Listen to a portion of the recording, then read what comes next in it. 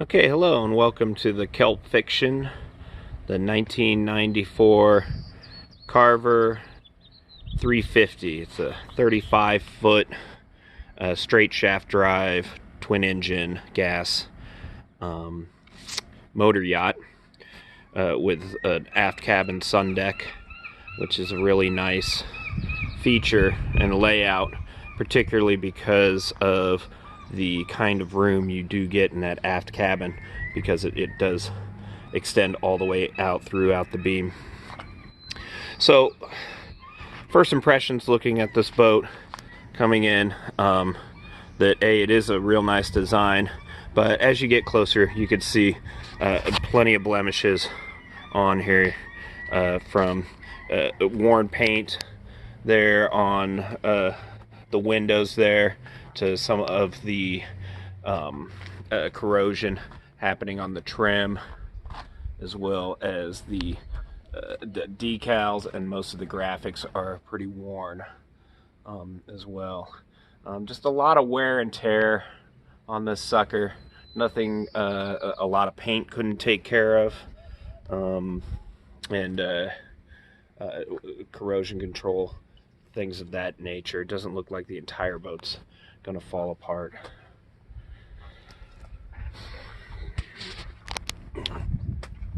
But it certainly also doesn't look like it's been maintained for quite some time.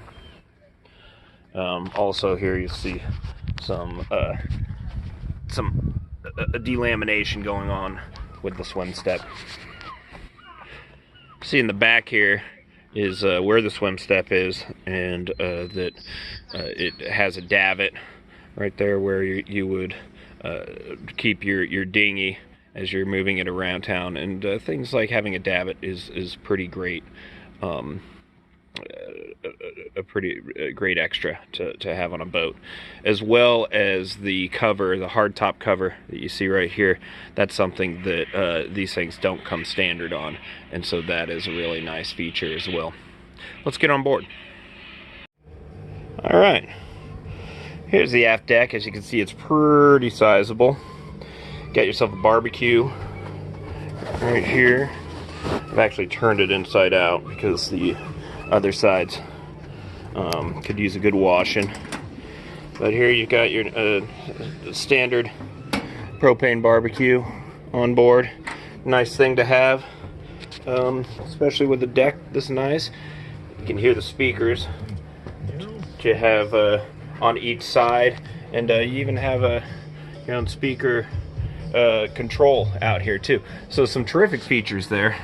Deck lights, however, I am yet to figure out how to get them on. Probably just burnt out lights is my guess, because all the other lights seem to work pretty good in this joint. I want to give you a walk around here so you can see these steps here. Plenty to grab onto, not a ton of room. And here's the front deck then. There you got here. Escape hatch. This right here is the windlass with a step button. I'm yet to figure out how to get the windlass to work, so stay tuned to see if we can get that to work. Older boats, you're gonna find stuff that doesn't work, like the windlass. Couple $100 with a electrician usually fixes those right up. But really the deck seems pretty solid. No delamination or anything. Nothing really, again, like I said, real solid deck there. You can see here's the bridge. We'll go along here.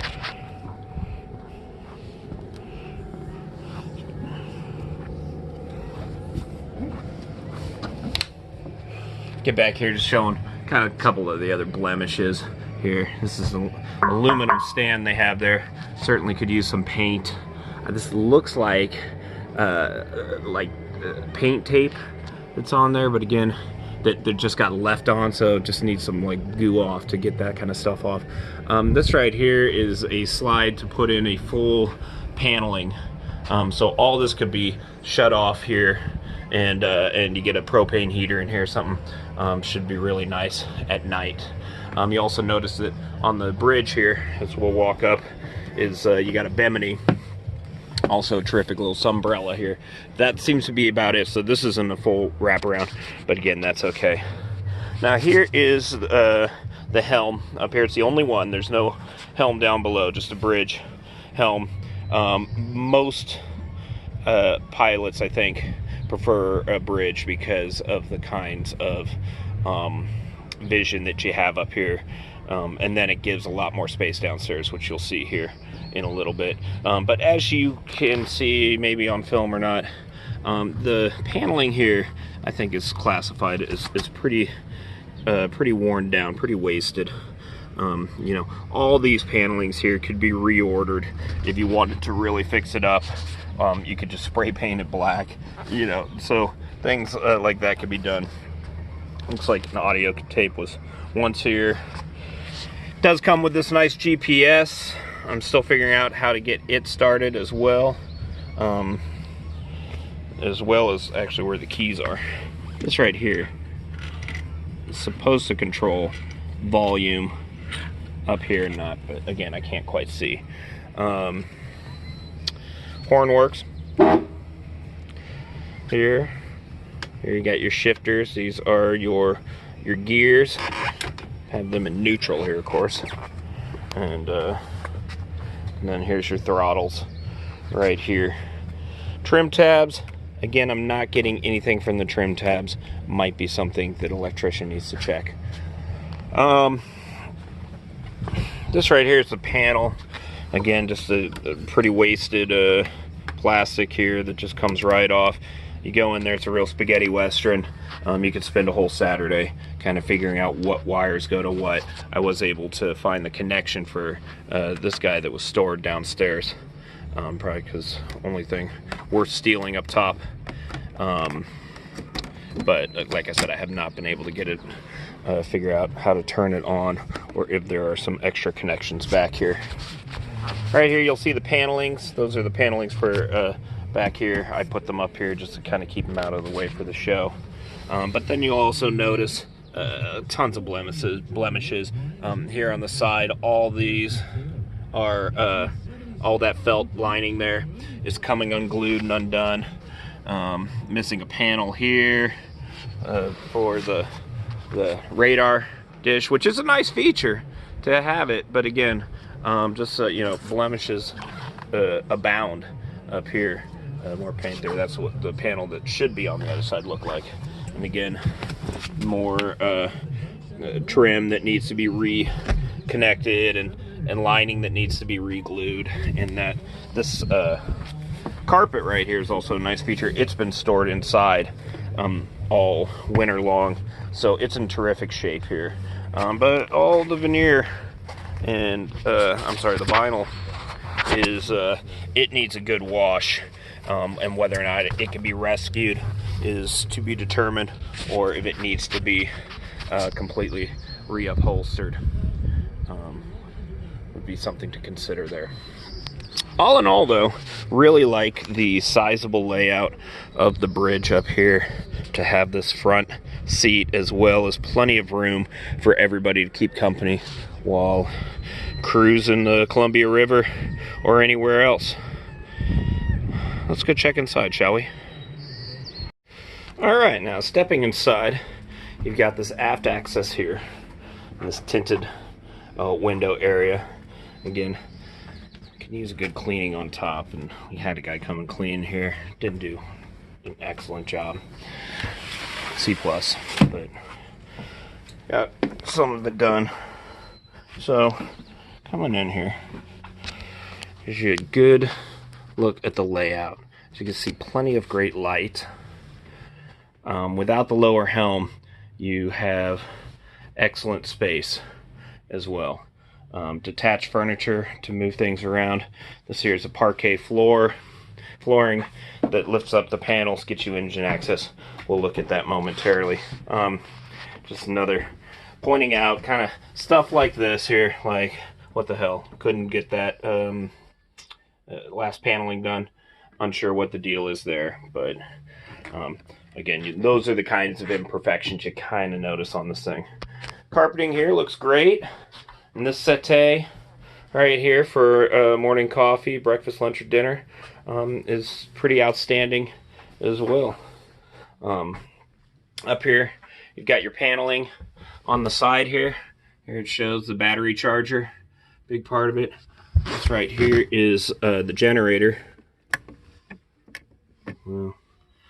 Oh yes, I turned that off down below, but there's a generator. It starts up just fine. 120 vac, 60 hertz. Moving on down here, all the other parts. A lot of these coaxial cables here, which don't have a lot of use. Let's see kind of some more in there. I think, you know, if you wanted to have a project with this boat, updating its wiring, getting Bluetooth on board, that kind of stuff, I think would be kind of cool. It does have plenty of storage. You got storage here, storage there for alcohol or food. Here is the speaker system down here with the CD changer. If you got any CDs, then you're in luck. Still, pretty rocking system. Again, kind of more Alpine. Here's subwoofer, so you know you got sound, and that's some more storage. These are canvases. Again, I just kind of shoved them away because of showing capability. Coming on down here, just one more storage area here. You've got these fine PFDs, which are really nice ones actually. You do have this terrific hanging locker right here.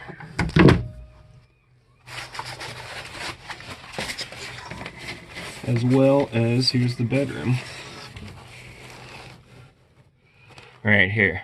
Again, very nice size. I mean, for a 35, this here is really what's terrific about these aft cabins is that you have it pushed all the way out to the side, and you're able to get this maximized room. More closet space on the side over here, as well as closet space in here. So you see there. Other kinds of blemishes you sort of see in this room here. That speaker there is kind of falling off. This lining here is not taut, so you know that relining is something that would probably need some work as well. Here you've got your head. Again, very nice sized head. Really like it. Got a full shower in here. And as you can see right now, the shitter is full. So maybe we could get somebody to get that drained for us, or get the owner to. But yeah, great shower.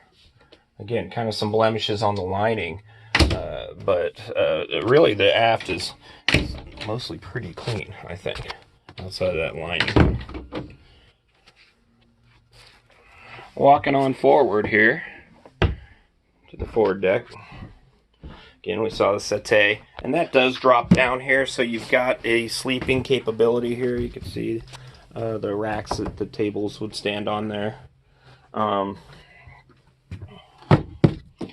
More drawers and such.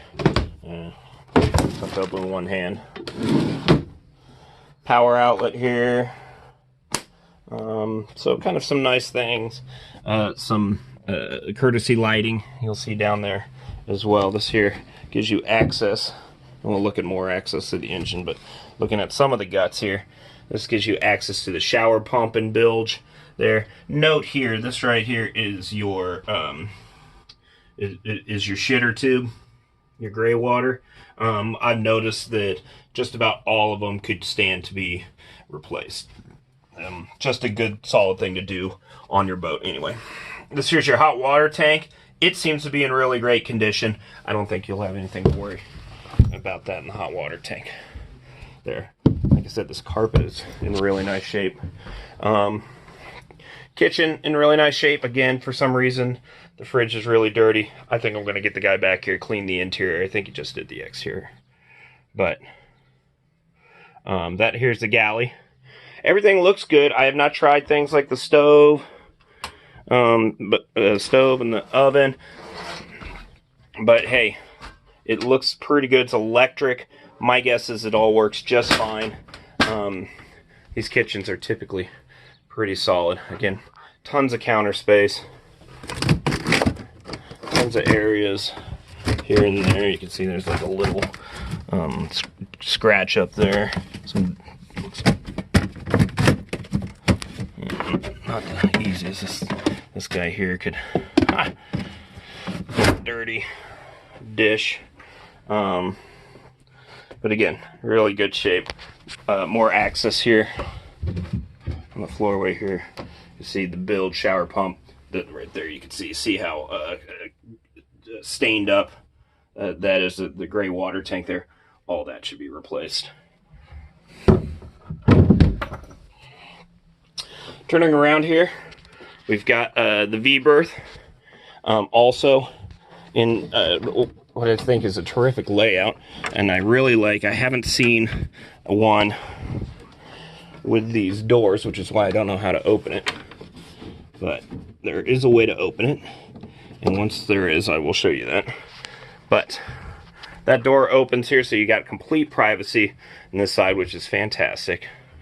You'll notice the stains on the lining right here. What that tells me is that somebody went underway when these windows were open, because they open nicely to get you some good fresh air in here, like so. But when you go underway and water comes splashing in here, it may look like that. So good news is that isn't a episode, a long drawn out episode where it's soaked into the baseboards and got everything rotten. That is just a big splash that then started to stain up everywhere. So you know, there's another blemish. This boat has a list of blemishes on it, as you can see, but really is a great layout, great design. Everything, most everything seems to work on it, given a couple of things we're still checking on, like the what were those things there? Like the windlass and the trim tabs. And lastly, for this portion of the tour, is the front head. So the fact that it has two heads in here also is pretty fantastic. Not too shabby a head as well. You've got yourself its own shower there that comes up. No, if hangs up about right there, I'm sure. But really, just I really dig the layout of these boats. You know, a lot of cleanup, a lot of update. You could think of it as a blank canvas way to make it kind of your own. Well, let's look at the power source, shall we? So here you've got two big block Maricruisers. I think they're about 260, somewhere between 230 and 260 horse each, without you know, going through the specs.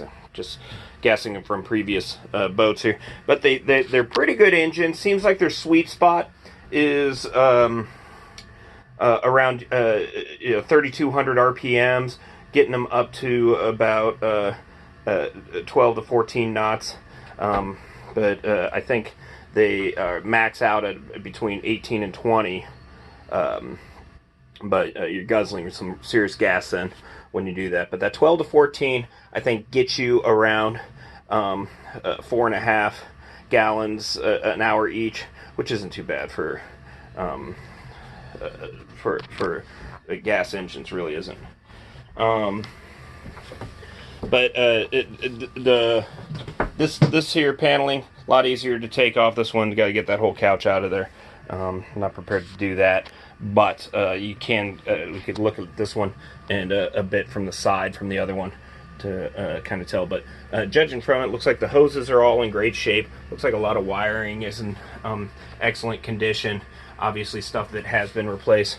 Looks like it might be the original heat exchanger here. You can see a little bit of corrosion on the side. That's easy cleanup. Here's the exhaust tube, looks great. The fuel tank back there, no corrosion, looks excellent. You can see a lot of corrosion puffing up here on the strainer and a lot of the heads. This is telling me that there is, you know, I'm curious about what the zincs are like right now, and just the bonding system. I think a mechanic could tell you that if you had an isolator on board, again, cost $300 or $400 for the part and the install, that will go a long way, kind of keeping the stuff. But none of the stuff's so wasted it's going to break off. It's just it's fizzing up there with electrolysis, and really requires just cleaning that all off, and then getting the bonding system in a lot better shape. The mounts seem to be in good condition. A little bit of corrosion there, but really just the dusting right here. The elbows also, I'd be curious to when they were last changed out, but that might be also a good move before you do any kind of long-term journeys with it. However, just by base looking off of it, I think that you wouldn't need to change out the elbows or anything if you were to make this journey down to Olympia with this boat. You got an old school charger on the back here. Those work fine. They don't have an automatic shut off, so you kind of need to monitor that. Here's your Kohler, which I think of all the things is absolutely awesome to have on the boat there. $5,000 edition, and boy, makes your world easier when you got one of these on there. Newer batteries, replaced just last year, so you're in good shape there. All right, well, that's your tour of this 1994 Carver 350. Really, overall, I think that it's in pretty good shape.